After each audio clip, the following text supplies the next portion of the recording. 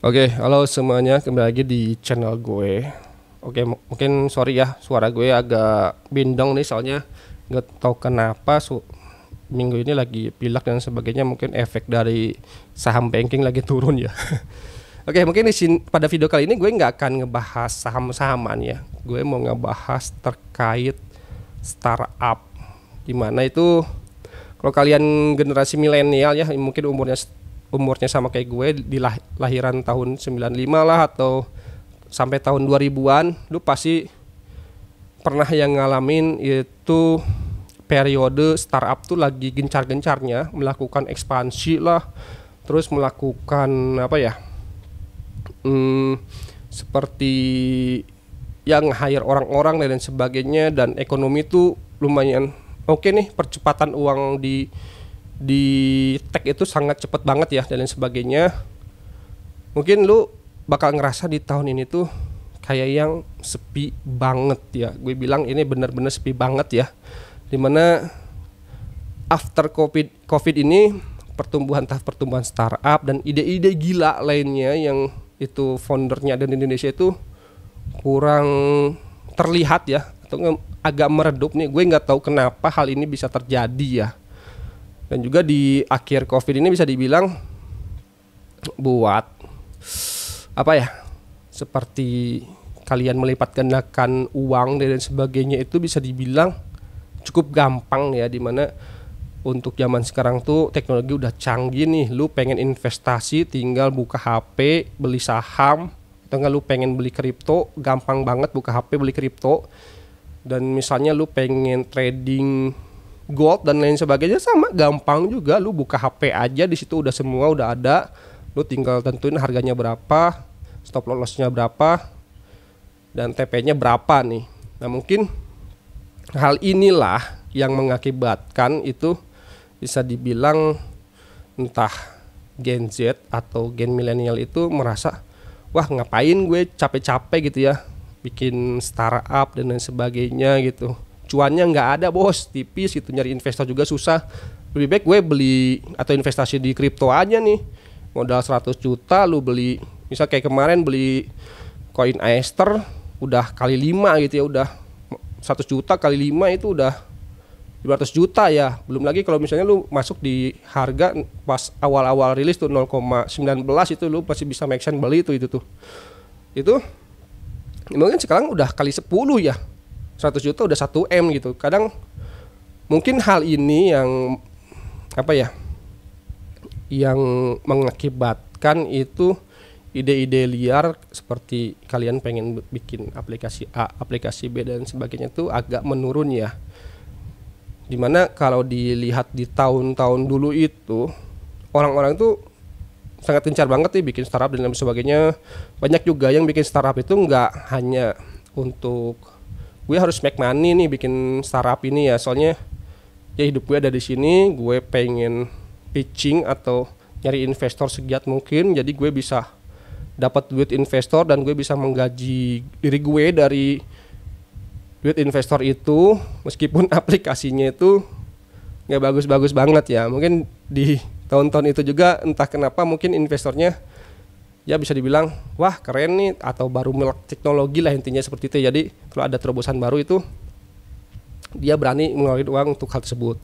Cuman di tahun ini nggak tahu kenapa hal tersebut tuh kering banget ya. Bisa kalian tahu lah di tahun-tahun sebelumnya tuh ada salah satu unicorn yang depannya tuh kalau nggak salah yang ikan-ikan itu tuh, itulah pokoknya itu kan ini ya kena kasus katanya manipulasi laporan keuangan agar bisa terlihat cantik di laporan keuangannya, dan itu merugikan dari sisi investor. Mungkin salah satu trigger utamanya bisa dibilang itu juga, tapi kita harus lihat juga POV dari sisi ownernya, kenapa dia melakukan hal tersebut gitu. Bisa dibilang ya mungkin beliau tuh lihat nih di pertumbuhan kali ini ekonominya agak seret nih, sedangkan investor tuh ngomonginnya tuh selalu about angka. Lu kalau nggak tumbuh nih di tahun ini atau minus, bahkan di sebelum tahun sebelumnya itu investor udah rewel banget gitu ya. Ya lu bayangin aja misalnya lu investor retail nih, lu beli saham A atau saham B gitu, dimana laporan keuangannya itu nggak bertumbuh atau stagnan misalnya, atau bahkan minus, itu lu udah ngomel-ngomel kan, udah chatting aneh-aneh di stream Stockbit dan sebagainya. Ya meskipun nggak didengar gitu sama direksi perusahaannya dan sebagainya. Nah, lu bayangin nih kalau misalnya lu punya startup dan sebagainya, si investornya tuh datang di depan muka lu langsung ngomong kayak gitu, bos gitu kan misalnya, atau apa gitu, udah keluar lah bahasa-bahasa yang harusnya tidak dikeluarkan, itu yang mengakibatkan mental lu bisa kena nih. Nah, gue sangat menyayangkan ya untuk di tahun-tahun ini untuk terkait startup dan sebagainya tuh kurang hype, dan juga sebenarnya gue menyayangkan tuh, lebih menyayangkannya itu dimana anak muda sekarang tuh idenya tuh nggak keluar nih. Gue tau lah misalnya Gen Z itu kan bisa dibilang pinter-pinter malah ya, atau Gen Alpha itu kadang mereka tuh udah punya ide-ide liar nih yang bisa dikeluarkan dan lain sebagainya. Cuman ya mungkin tipikal Gen Z itu, gue nggak menggeneralisasi semuanya ya, gue cuman lihat nih di lingkungan kerja gue dan sebagainya, banyak juga kan Gen Z juga. Nah itu kadang actionnya tuh kurang, meskipun idenya bagus-bagus, malah pengen bikin ini tapi aduh cenah, kadang dia juga mikir lagi ke hal yang lainnya, kayak misalnya waktunya dan sebagainya, yang mengakibatkan hal tersebut nggak bisa terrealisasikan. Nah beda mungkin pas zaman kita, mungkin yang zaman generasi milenial tuh kadang idenya belum ada udah ikutan ini loh. Zaman dulu tuh ada yang bisa dibilang kayak ikutan apa ya, kalau di ini teh, malah keluar nih bahasa Sundanya ya.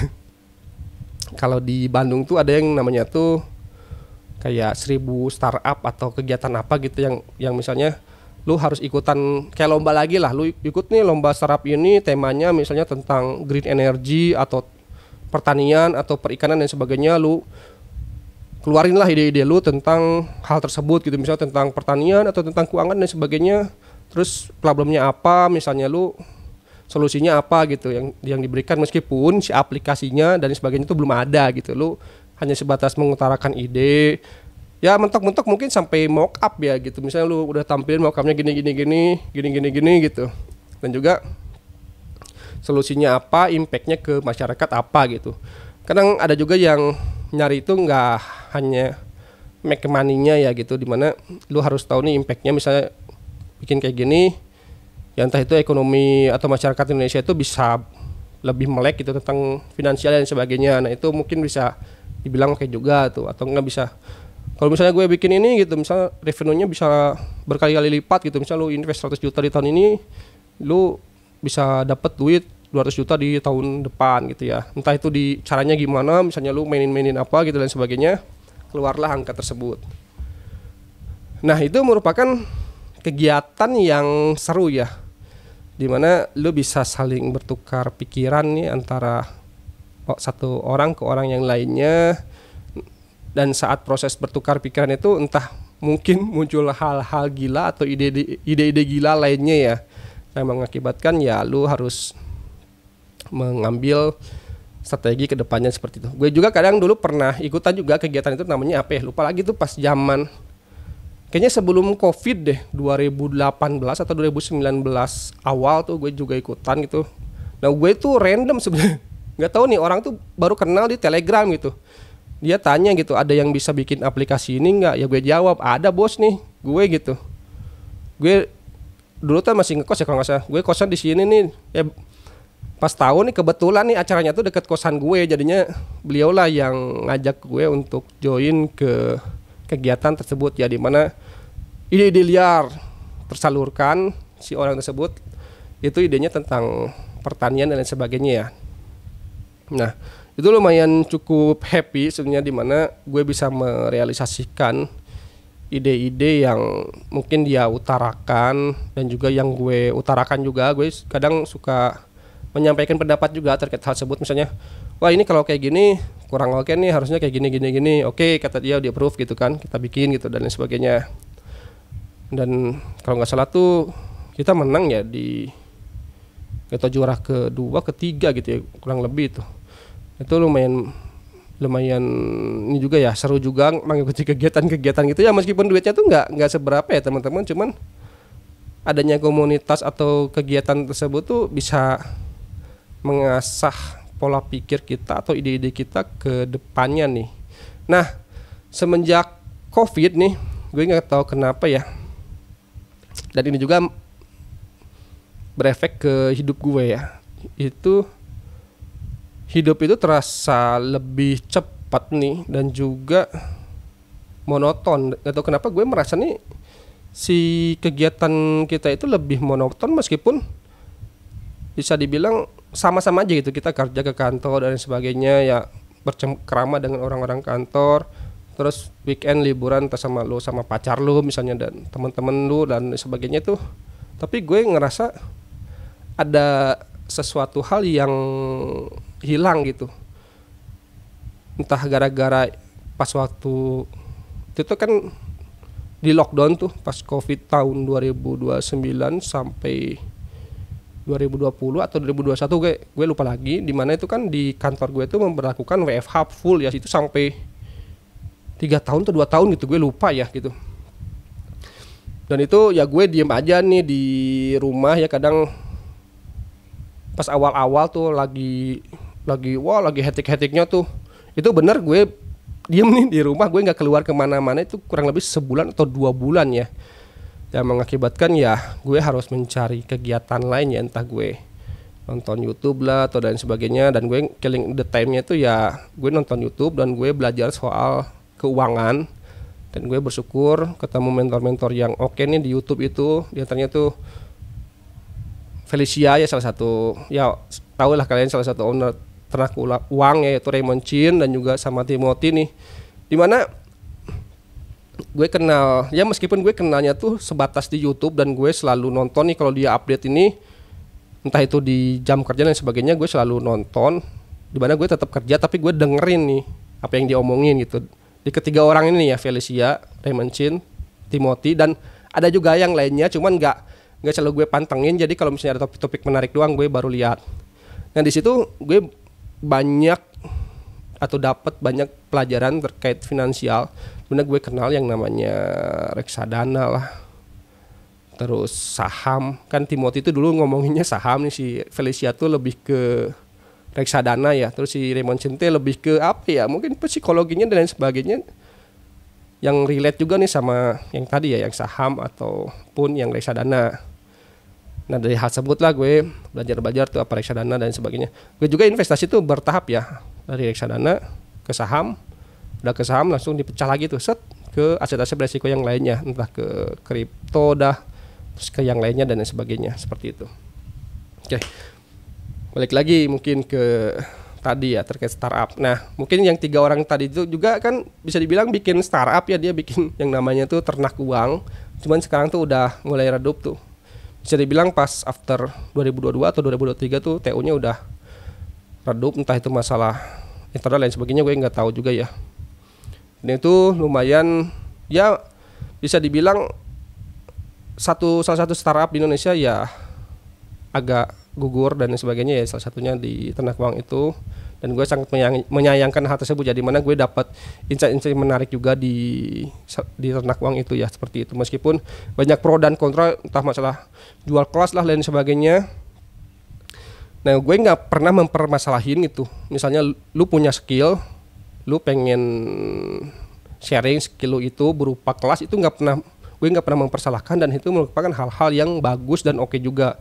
Karena ya hal tersebut tuh udah dari dulu sebenarnya ada gitu ya, lu dari zaman tahun 2000 lah atau 2010 dan sebagainya, cuman mediatornya aja yang berbeda gitu ya. Seperti lu pengen belajar piano nih, lu nyari tukang les ya sama aja kayak gitu bos. Jadi nggak usah mempermasalahin, misalnya orang nih jualin kelas dan sebagainya, atau enggak misalnya di trade nih dia ngomongin masalah keuangan dan sebagainya, terus ada yang komen, wah pasti ini ujung-ujungnya kelas. Ya nggak masalah bos, lu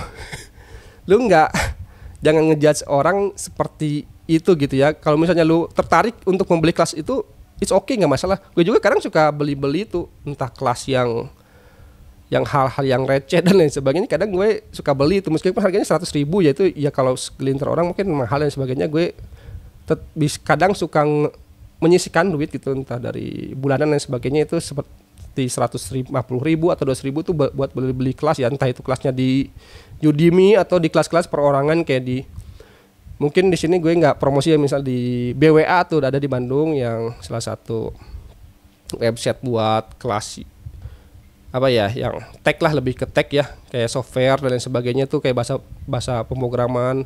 Lu pengen belajar bahasa pemrograman apa, bisa di situ tuh semuanya. Itu gue kadang meluangkan atau menyisihkan duit gue buat beli hal-hal tersebut ya, dimana gue bisa dapat ilmu baru lah terkait hal tersebut. Sebenarnya gue juga bisa sih buat ini ya, nyari-nyari gitu. Kalau misalnya kan banyak, wah ini mah ilmu kayak gini lu bisa nyari aja di YouTube dan sebagainya. Cuman beda bos, feel-nya tuh beda gitu. Misalnya lu nyari nih yang gratisan, tapi lu konsisten nggak untuk melakukan hal tersebut gitu. Dimana kalau lu beli kelas gitu ya, lu pasti komitmen gitu. Lu pasti bakal menyelesaikan kelas itu, karena pada saat lu beli, lu udah berkomitmen buat mempelajari semua modul yang ada di kelas itu. Soalnya ada money atau ada uang yang lu keluarkan. Beda lagi kalau lu cuma nyarinya gratisan gitu. Paling cuman wah udah semangat nih, semangat ya. Lu cari lah misal cara bikin koin kripto, cari di YouTube. Gue jamin itu baru juga 10 menit atau 30 menit nonton, ya udah lu tidur, ya udah nggak akan direalisasikan tuh untuk implementasi bikin kayak gitu tuh, nggak akan, gue jamin ya seperti itu. Soalnya gue juga pernah mengalami hal tersebut ya pada zaman dulu pas kuliah lah atau awal-awal kerja gitu. Ya itu hal-hal yang biasa atau it's okay, nggak masalah gitu ya. Karena kan setiap orang tuh kadang apa ya, hari ini berpikiran apa, entah besok juga bisa berubah gitu ya, seperti itu. Jadi itu hal-hal yang biasa, it's okay, nggak masalah gitu. Dan kalian nggak perlu memperlibutkan hal tersebut. Cuman yang gue kasih pesan nih, lu harus komitmen atau lu harus bertanggung jawab dengan apa yang lu inginkan atau ya sedang apa yang lu buat gitu, seperti itu. Oke, balik lagi ke startup ya. Di sini udah melenceng jauh nih, udah ngebahas ke saham lah, ke reksadana dan juga ke course dan lain sebagainya ya. Nah, harapan gue sih untuk kedepannya itu ada lagi nih acara-acara kayak gitu ya, yang dimana gue sangat appreciate lah, atau misalnya gue pengen ikutan lagi buat acara-acara tersebut, meskipun gue bisa bilang udah agak-agak tua juga ya di sini, meskipun umurnya belum 30 ya, seenggaknya gue bisa nimbrung lah sama Gen Z dan sebagainya. Gue kadang suka bertukar pikiran nih dengan Gen Z ini ya, apa yang mereka pikirkan, terus apa yang mereka alami dan sebagainya, tuh bisa dijadi pembelajaran buat kita juga. Dimana gue ini bisa dibilang maksudnya ke Gen Z setengah, Gen milenial setengah ya, jadi di tengah-tengah tuh. Nah, gue sangat terbuka. Kadang gue juga suka konsultasi atau curhat, entah itu ke generasi yang lebih tua ya, untuk Gen boomer atau apa gitu pokoknya. Itu juga mendapatkan ilmunya beda lah, dari sudut pandang A dan sudut pandang B itu. Dan gue sangat happy kalau misalnya gue bisa ngobrol atau bisa saling bertukar pikiran di antara orang-orang tersebut ya. Nah, balik lagi ke yang startup. Seperti yang kalian ketahui lah ya, gue lagi bikin juga aplikasi melek finansial ya. Nah, untuk aplikasi ini gue harapannya sih bisa memantik atau bisa memberikan inspirasi ya buat orang-orang di sana gitu, atau programmer di sana atau dan sebagainya. Itu yuk kita bikin gitu salah satu produk yang mungkin ya yang bisa kalian development lah itu ya. Misalnya kalian dari orang IT dan sebagainya, lu bisa bikin A atau bisa bikin B. Misalnya lu hanya bisa bikin API aja, gue sangat appreciate itu ya. Lu bikin aja gitu hal-hal yang misalnya lu lihat nih di lingkungan lu, misalnya wah ini ternyata belum ada nih API kayak gini-gini, lo bikin aja itu API. Itu lumayan bisa nambah portofolio kalian dan juga dapat bermanfaat buat orang lain. Selama ya lo pikirin aja lah, bisa bikin kayak gitu apakah menguras waktu lo cukup signifikan, atau misalnya bisa bisa mengambil sela-sela waktu yang misalnya lagi gabut lah atau gimana, lu bisa ambil tuh sela-sela waktu itu buat bikin produk kayak gini ya. Meskipun ya produk ini tuh bisa bilang nggak make money ya, seperti yang gue bikin nih untuk yang aplikasi Melek Finansial, dimana kan fiturnya tuh bejibun banget ya, banyak banget, entah itu transaksi lah, portofolio, kategori dan sebagainya. Itu bener-bener nggak make money teman-teman, malah bisa dibilang minus ya, gue harus bayar server dan lain sebagainya itu. Tapi gue happy gitu melakukan hal tersebut, dimana hal tersebut tuh dapat menampung ide-ide gue yang selama ini terpendam nih. Kadang gue lagi di WC atau lagi tiduran tuh kadang ide-ide itu muncul, gue bangun nih atau lagi tiduran gue langsung bangun, gue coba tulis dulu di note nih pengen bikin apa gitu. Dan gue juga kadang suka curhat nih sama ChatGPT ya, buat lebih ngejabarin ide-ide gue ini lebih terstruktur ya. Kadang kan ide itu kayak puzzle gitu ya, dan lu perlu nyusun nih ide-ide ini sehingga lebih terstruktur, dan itu gue butuh bantuan ChatGPT ya. Misalnya gue pengen bikin ini di mana ini perlu konekin ke ini kan itu kadang masih berantakan tuh. Nah itu nanti disusun sama ChatGPT, dan itu mempermudah pekerjaan gue dalam bikin ide lah atau dan lain sebagainya, dan gue sangat terbantu akan hal tersebut ya. Dan untuk aplikasi gue ini bisa dibilang ini itu kedepannya mungkin jadi aplikasi yang gue berharap sih jadi aplikasi yang bermanfaat lah ya buat orang banyak. Dia bisa mencatat keuangan dan sebagainya di aplikasi ini, lo bisa curhat tentang keuangan dan sebagainya, dan misalnya lo bisa nyatet keuangan atau nyatet utang dan sebagainya. Kan ini banyak nih fiturnya, ada piutang, buku kas, kalkulator, sharing dan rencana, dan juga lu bisa ngitung-ngitung di kalkulator ini yang bersifat offline-nya kalkulatornya.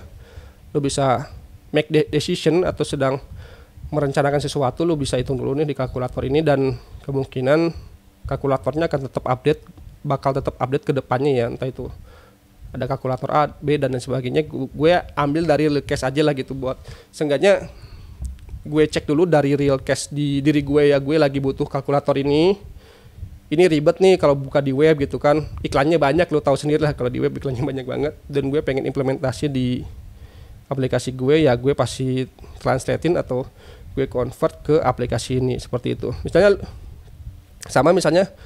gue lagi pengen belajar tentang AI lah, atau misalnya blockchain dan lain sebagainya, itu si aplikasi ini mungkin nanti bakal jadi eksperimen gue ke depannya ya, dimana gue sebelum implementasi AI ke project-project luar tuh gue cobain dulu nih di aplikasi ini ya. Ini udah ada nih roadmap buat si aplikasi Melek Finansial ini ke depannya mau seperti apa, kayak kuartal 1, kuartal 2, kuartal 3, kuartal 4 di tahun depan tuh bakal seperti apa. Dan salah satunya itu gue pengen integrasi ke AI dan juga ke blockchain buat di aplikasi Melek Finansial ini ya. Seperti itu. Meskipun ini aplikasi tuh ya bisa dibilang nggak make money ya, seenggaknya ide-ide gue tuh bisa tersalurkan dulu lah ke si aplikasi ini, seperti itu. Nah harapannya mungkin kedepannya ada lagi nih buat yang tadi ya, acara-acara startup dan sebagainya, dimana hal tersebut tuh sebenarnya sangat-sangat membantu gue juga, atau sangat-sangat membantu orang lain juga dalam mengimplementasikan ide untuk dieksekusi ke depannya. Soalnya kan di acara tersebut tuh kadang suka ada mentor-mentor yang udah jago lah, seperti kayak kemarin tuh gue ikut mentornya siapa yang bikin Bukalapak kalau nggak salah tuh Bapak Ahmad siapa gitu ya, gue lupa lagi siapa namanya itu. Terus yang bikin startup apa yang matching buat futsal gitu, tadi itu ada juga. Sama siapa lagi ya, adalah pokoknya banyak tuh mentor-mentor tersebut, dimana mentor-mentor tersebut kan pasti memberikan insight-nya juga, terus dapat memberikan masukan dan saran juga. Nah hal tersebutlah yang sebenarnya sangat sangat di-appreciate atau diinginkan oleh para peserta yang mengikuti kegiatan tersebut, seperti itu. Oke, mungkin cukup sekiannya untuk curhatan gue terkait startup ya. Mungkin kedepannya gue harapannya ada lagi tuh acara-acara seperti itu. Kalau misalnya kalian sama nih kayak gue pernah masuk ke zaman-zaman seperti itu ya, dimana startup itu merupakan sesuatu hal yang asik ya, lu bikin startup sama teman-teman lu, meskipun gak make money malah boncol gitu, kadang ada cerita di balik hal tersebut gitu. Tinggal lu pengen cerita juga dan sebagainya, bisa komentar aja ya di kolom komentar. Gue sangat terbuka akan kritik dan saran dari kalian. Oke, sekian dari gue, see you in the next video. Dadah semuanya.